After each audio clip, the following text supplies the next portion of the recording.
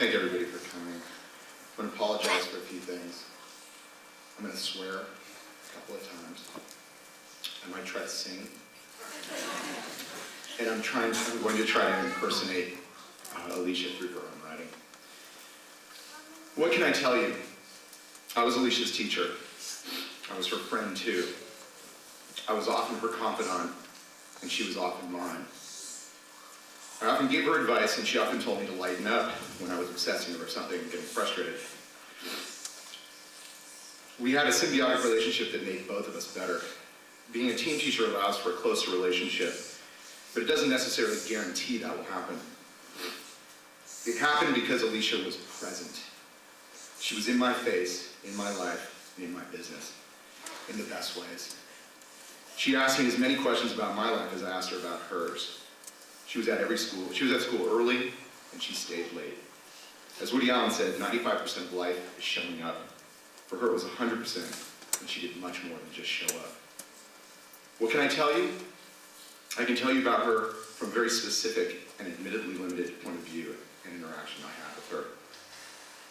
What I learned about Alicia, I learned from being with her in the mountains, in the desert, on the beach, in the snow, in the classroom, in a van, or at a movie.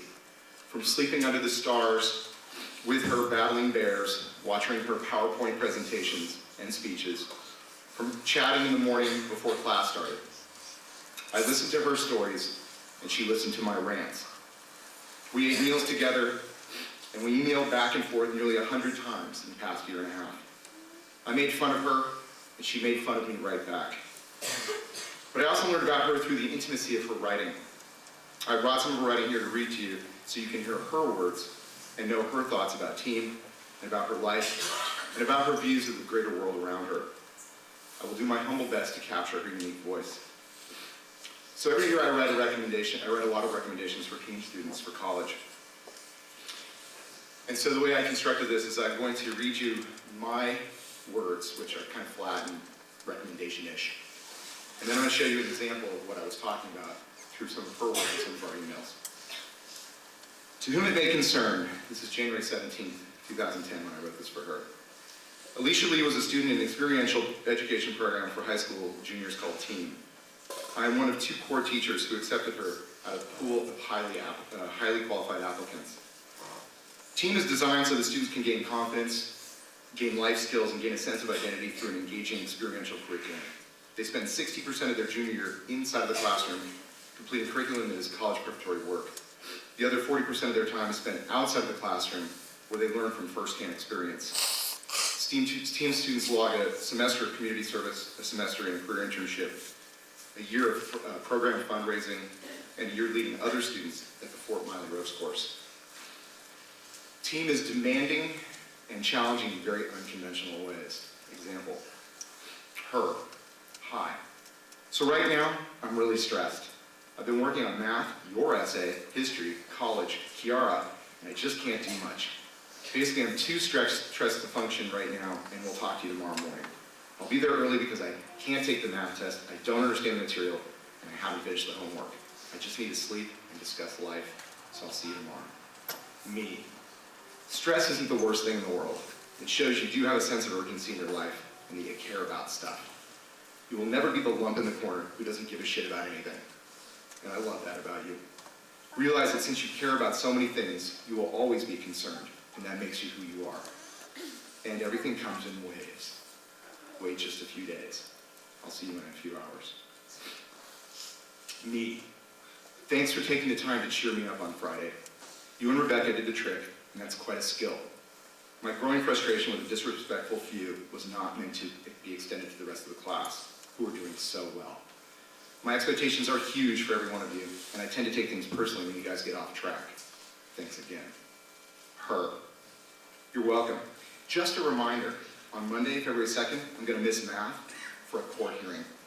I got a speeding ticket, and I'm scheduled to go in at 8. I don't know how long it's going to take, but I'm probably going to miss math. She was on my backpacking trip in the fall. She had never backpacked before, and the trip was physically and mentally grueling. Her attitude was relentlessly positive, and she was always cheerfully helpful and cooperative. She and her classmates climbed 3 difficult peaks in High Sierra, leading the entire group each day in pairs. Alicia was conscientious and safe, positive and persistent.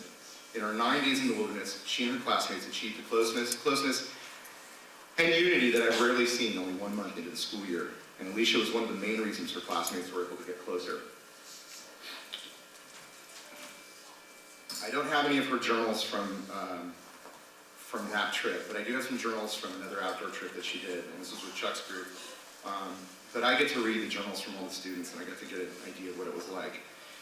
Day 1 in Joshua Tree. Why does Chuck still bring that car? You'd think he'd learn by now. Didn't it break down the snow camping trip? Yeah, basically everything that could go wrong did go wrong. I continued tying knots. I'm on my way to Joshua Tree. The stress has been building up these past months, and everyone needs this break from societal pressures. I tie another knot in the string. Everyone has expectations for this trip, including Chuck and Patchen, but now all we can do is appreciate the wilderness we will soon be experiencing. Kettleman City was a greasy, lonely place that I would be fine never seeing again. Serena, naturally, ate something her stomach couldn't handle. And she quietly threw up in a Ziploc bag in the back of the van. The smell of bile was overwhelming, and everybody turned to her, inquiring about it. I didn't throw up, she replied indignantly. We opened the windows, realizing she was lying. The series of events repeats, and once again we smell her bile. I gag at the scent, and once again we open the windows. We don't even bother to close the windows, knowing there's more to come. I tie another knot in the string. The desert is a place for meditation and self-discovery. Group dynamics have been rocky, and communication is virtually non-existent. We have much to work on, and we're relying on Joshua Tree as our crutch. I tie another knot in the string. Everything is connected, yet within team we have yet to find our connections. The desert is a place for people to connect. Knots and string, relationships, ecosystems in the desert, we have connections that will continue to thrive. As I sit on a rock watching sunrise, the day is newly forming. The wind has quieted down. Round and jagged sand-colored rocks surround the campsite with tufts of green brush intertwined. The growing, glowing glow of sun is my calling to start a new day. Just another knot in the string. We're going to fast forward to day 9. That was day 1, this is day 9. I stare out the window at the place I have called home. The past week has been a blur, rushing by with heightened emotions and moods. Driving here, when we first entered Joshua Tree, I heard Girl Talk for the first time. We listened to the whole album, and we all did the car dance. That was when this trip really started for me. Not when we left team, or ate in Kettleman City, or even when Chuck's car broke down. We danced and sung along, even though we didn't know all the words. It didn't matter. We would soon be backpacking, rock climbing, hiking, cooking, eating, living in a completely foreign place. And this music was our initiation. Now, driving away from camp and back toward our small, civilized lives, Girl Talk is playing to a car full of exhausted teenage boys who didn't want to listen to it in the first place. Every song brings back a memory, a feeling, and to me, these are irreplaceable. Whenever I listen to Girl Talk, I will be reminded of Joshua Tree. As the scenery flashes past, I think of how I have chosen to live my life, how my actions affect me, and how I can change. It is easy to get caught up in this fast-paced human life, yet is this what I want? No, I want to be able to enjoy nature, see something different, do something different, and have a different experience from my next-door suburban neighbor. Risks like team are ones I want to take throughout my life. I want to see life from another perspective. See how my actions affect living things around me and maintain the ability to change. Staying stagnant may be comfortable, but change is inevitable, and why resist when it can bring such good? And she has a quote from Henry Miller. The man who looks for security, even in the mind, is like a man who would chop off his limbs in order to have artificial ones, which will give him no pain.